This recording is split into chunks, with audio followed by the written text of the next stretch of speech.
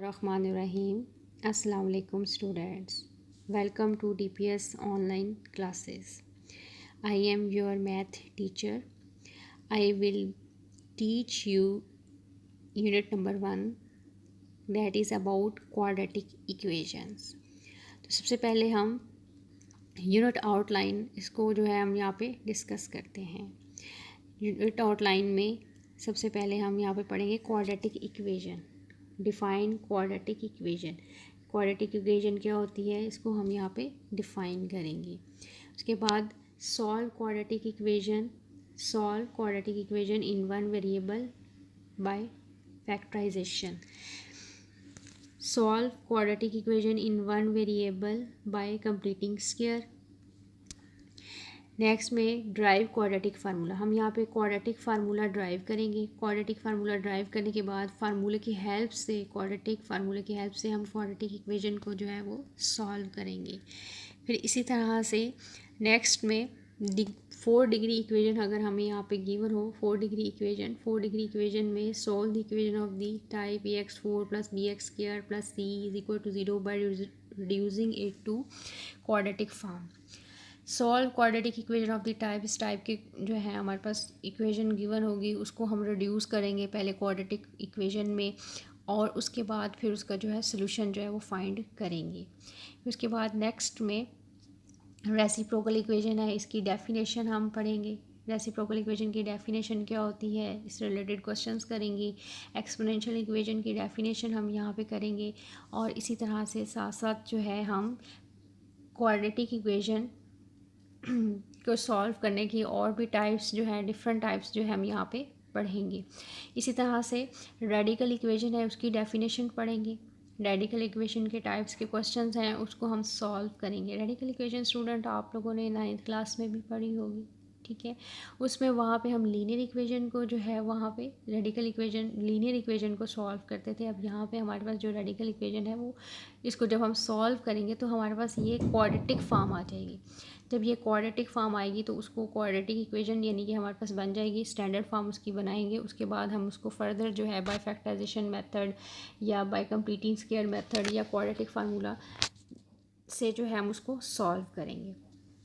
अब सबसे पहले डेफिनेशन आ जाती है यहाँ पे क्वाड्रेटिक इक्वेशन की। What is a quadratic equation, ठीक है। क्वाड्रेटिक इक्वेशन क्या होती है, आपके पास एक एक्सप्रेशन गिवन होता है। एक्सप्रेशन जैसे x² है प्लस जो है x² है जैसे +5x है, ठीक है। जैसे x² + 5x + 2 = 0, ठीक है। इसमें देखें आप यहाँ पे कि इसकी हाईएस्ट डिग्री जो है ये हाईएस्ट पावर जो है यहाँ पे क्या है 2 है। तो इसका मतलब है कि that is a quadratic equation कि इसकी हमारे पास हाईएस्ट डिग्री जो है ना यहाँ पे 2 आ रही है तो इसको हम कहते हैं क्वाड्रेटिक इक्वेशन। अब ये पूरा का पूरा जो है एक्सप्रेशन है, ठीक है। इस एक्सप्रेशन को अगर हम इस तरह की फॉर्म में =0 की फॉर्म में हम यहाँ पे इसको लिख देते हैं तो ये हमारे पास यह क्या बन जाती है, एक क्वाड्रेटिक इक्वेशन जो है वो हमारे पास बन जाती है। तो क्वाड्रेटिक इक्वेशन को हम यहाँ पे प्रॉपरली जो है वो डिफ़ाइन करते हैं कि इस तरह से कि यहाँ पे हमारे पास आ जाता है कि an equation which contain the square of unknown variable quantity but no higher power, यानी कि उसकी मैक्सिमम पावर जो है वो हमारे पास क्या होगी, स्क्वायर में होगी, यानी वेरिएबल की मैक्सिमम पावर। तो ये मैंने आपको बताया कि वो x² होगी, ठीक है। x² का कोफिशिएंट कोई भी हो सकता है जैसे 2x², ठीक है। उसके जो है यहाँ पे कुछ भी यानी कि हम उसकी इक्वेशन जो है यहाँ पे हम लिख सकते हैं जैसे कि हम यहाँ पे लिख सकते हैं 3x² + 5x प्लस, ठीक है।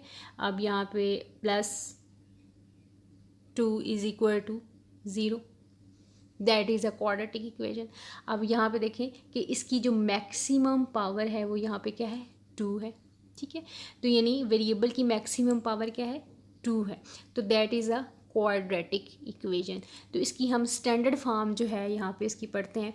इसकी स्टैंडर्ड फॉर्म क्या होगी, इसकी स्टैंडर्ड फॉर्म में अ सेकंड डिग्री इक्वेशन, इसको हम यहाँ पे क्या कहते हैं, अ सेकंड डिग्री इक्वेशन, ठीक है, a second degree equation in one variable x of the form, जैसे ये इसकी स्टैंडर्ड फॉर्म है a x square plus b x plus c is equal to zero, where a is not equal to zero and a b c are real numbers, यानी a b c real numbers हैं, is called the general और standard form of quadratic equation.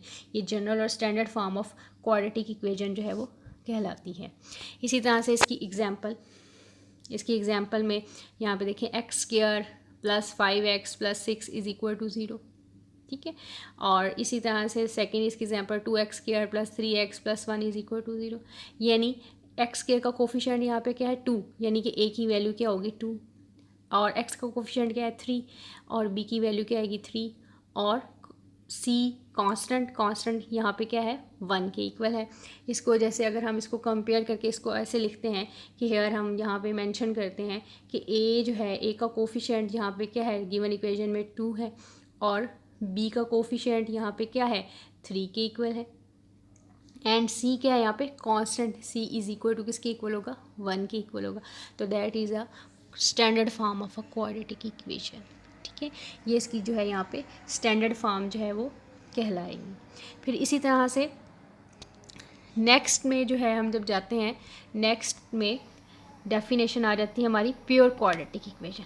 Pure quadratic equation क्या होती है, pure quadratic equation में अगर हम यहाँ पे हमारे पास जो एक स्टैंडर्ड फॉर्म है हमारे पास a x square plus b x plus c is equal to zero, ठीक है।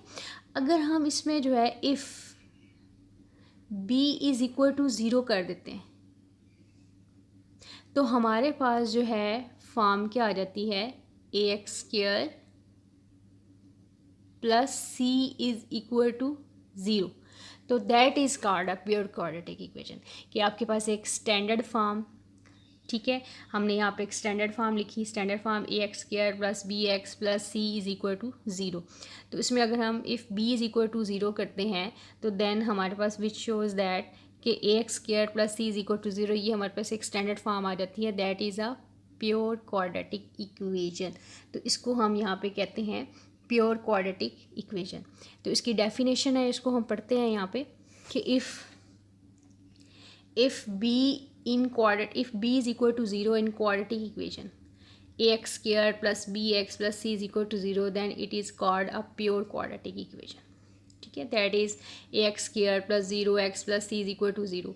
For example, x square minus 16 is equal to 0, 4x square minus 1 is equal to 0, 2x square plus 4 is equal to 0. अच्छा, अब यहाँ पे हमने ये तो बात कर ली कि b is equal to zero. If in case हमने डेफिनेशन में जो है ये यहाँ पे डिफ़ाइन किया क्वाड्रेटिक इक्वेशन में कि a is not equal to zero, ठीक है। a is not equal to zero का क्या मतलब है कि अगर हम यहाँ पे इन केस अगर हम यहाँ पे a को इज़ इक्वल टू ज़ीरो कर देते हैं, तो a is equal to zero कर देते हैं तो हमारे पास जो है इक्वेशन क्या बनेगी 0x square plus b x plus c is equal to zero. तो ये हमारे पास एक क्वाड्रेटिक इक्वेशन नहीं रहेगी, ठीक है। जब हमारे पास ए जो है वो ज़ीरो के इक्वल हो जाता है, if a is equal to zero आ जाता है हमारे पास, तो देन ये हमारे पास ये वाली इक्वेशन जो है वो बन जाती है, ठीक है। ये इक्वेशन बन जाती है तो यहाँ पे क्या होगा कि ये क्वाड्रेटिक इक्वेशन नहीं रहेगी। तो इसको एक और आपने यहाँ पे पढ़ा होगा कि ये हमारे पास एक और इक्वेशन आ जाएगी जिसको हम यहाँ पे क्या नेम देंगे, लीनियर इक्वेशन का हम यहाँ पे इसको नेम देते हैं। तो remember that if a is equal to 0 in ax square plus bx plus c is equal to 0, then it is reduces to a linear equation, जो कि ये reduce हो जाती है लीनियर इक्वेशन में, ठीक हो गया। तो नेक्स्ट में हम इसकी यानी कि स्टैंडर्ड फॉर्म जो है यहाँ पे क्या बन जाती है b x plus c is equal to zero. उसके बाद नेक्स्ट में हम सॉल्व करने के इसके मेथड पढ़ेंगे, method to solve quadratic equation, यानी कि क्वाड्रेटिक इक्वेशंस को कितने मेथड से हम सॉल्व करते हैं। तो सबसे पहला जो यहाँ पे है कि to find quadratic equation following methods are use. सबसे पहले है factorization method, completing square method, quadratic formula. ठीक है, इन तीनों की डेरिवेशन, क्वाड्रेटिक फार्मूले की हम डेरिवेशन जो है करेंगे। फिर इसी तरह से जो है सबसे पहले जो है फैक्टराइजेशन मेथड है। फैक्टराइजेशन मेथड जो आप लोगों ने प्रीवियस जो है 9th क्लास में यूनिट नंबर 5 आपने फैक्टराइजेशन के डिफरेंट मेथड्स करे हैं, उसमें डिफरेंट टेक्निक से जो है हमने यहाँ पे इसकी फैक्टराइजेशन करेंगे। इससे जो है हम एक्स की जो वैल्यूज़ है यानी एक्स की जो रूट्स हैं उनको हम यहाँ पे फाइंड करेंगे। उसके बाद नेक्स्ट डेफिनेशन आ जाती है हमारी रेसिप्रोकल इक्वेशन। रेसिप्रोकल इक्वेशन क्या होती है? रेसिप्रोकल इक्वेशन में an equation is said to be reciprocal equation if it remain unchanged when x is replaced by 1 by x। For example x plus 1 over x है, यानी हम replace unchange bye कैसे कि हम डिफरेंट जो है, जैसे कि हम यहाँ पे 2 जो है एग्जाम्पल ले लेते हैं, जैसे a इंटू एक्स की square plus 1 over x square plus b into x plus 1 over x plus c is equal to 0, या ये वाली फॉर्म हम यहाँ पे ले लेते हैं। ठीक है, ये हमारे पास रेसिप्रोकल इक्वेशन की एग्जांपल है।